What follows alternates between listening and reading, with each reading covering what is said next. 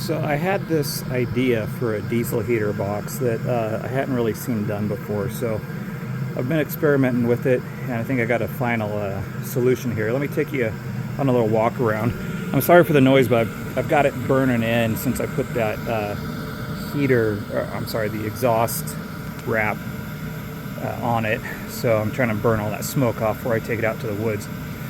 First thing was I wanted a larger fuel tank. This is a 5-gallon round, obviously. It won't tip over in my truck. It's on a quick disconnect. So I can disconnect it here and store it separately from the actual box itself. Put together with this rigid tubing. Watch some videos on that. I think you'll be surprised at just how good the stuff actually is. I ran a pickup tube through the neck. You can see it goes down to the bottom. Yes, I did run it to the very bottom. I wanted to use every last drop of fuel when I'm out there all alone, and I understand the implications of that, but I do have a reusable or replaceable fuel filter here, so that's my go-to sacrificial part. I ran it through the bottom of the box. Now let's talk about the box for a minute. This is an old DeWalt toolbox that I have. All of my camping stuff is in DeWalt cases. So as you know, when you close this, they snap together. It has a little handle that extends and retracts, and the thought is that this is going to live on or near the tailgate of my truck, and I use it as a step to get in. Also, additionally, I should say, it's a short run from the heater into the back of the truck, so minimal heat loss. You can see that the cuts aren't exact. Yeah, I kind of experimented here with a location, and I got it mostly right for the air intake, and I experimented as I went along with where stuff should go. So there's holes different places, like here. That will probably be the air intake. I don't have the hose hooked up for the combustion air, but it really doesn't need it, to be honest. Inside, okay, I'm hoping that you can hear this okay. Turn the fan down just a little bit and keep it burning. You'll see these 3 and 3 bolts with nuts on the back.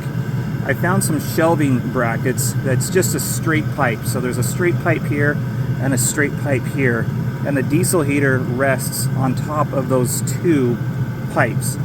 Through the bottom of the case, I drilled and put machine screws through the bottom, so this thing is solid. It's not just resting on there. It's securely bolted in 4 places to these 2 rods.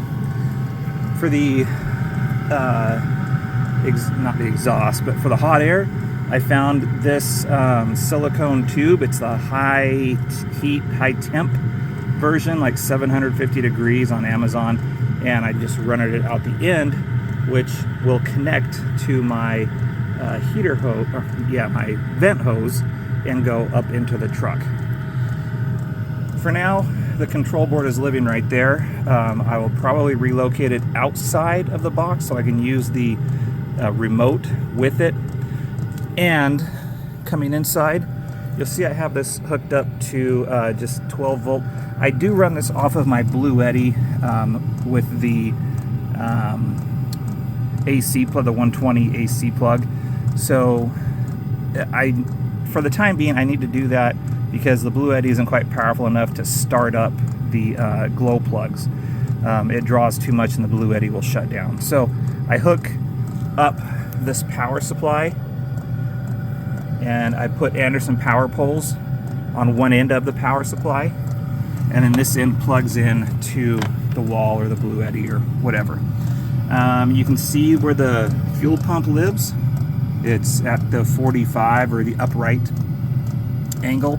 Let me come around here to prevent air bubbles. I highly recommend you watch some videos on that.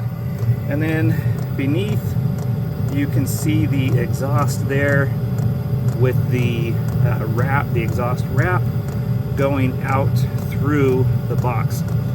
So far, temps are just fine inside of the box. The plastic is not getting too hot. There are no issues or concerns. Excuse me. And I am very happy.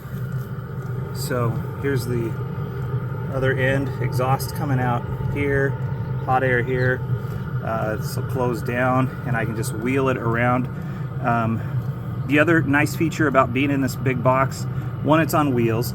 Two, I have all of this room right here to stuff my expandable heater hose. So it's all in one. That was my biggest complaint with the stock as it came, was my dryer hose I was using to run heat into the back of my truck would always get scrunched and cut and stuff like that. So no more. It'll just fit right back in there just perfectly, and all is well. Suggestions. It was a lot of trial and error fitting. I don't know that there is a exact way to do it. Yeah, you just, I had to take things apart and put them back together multiple times to get things to fit right. It was a pain in the butt, but it's done now. You'll notice I don't have a fan on this. I think for the smaller boxes, it's probably a good idea.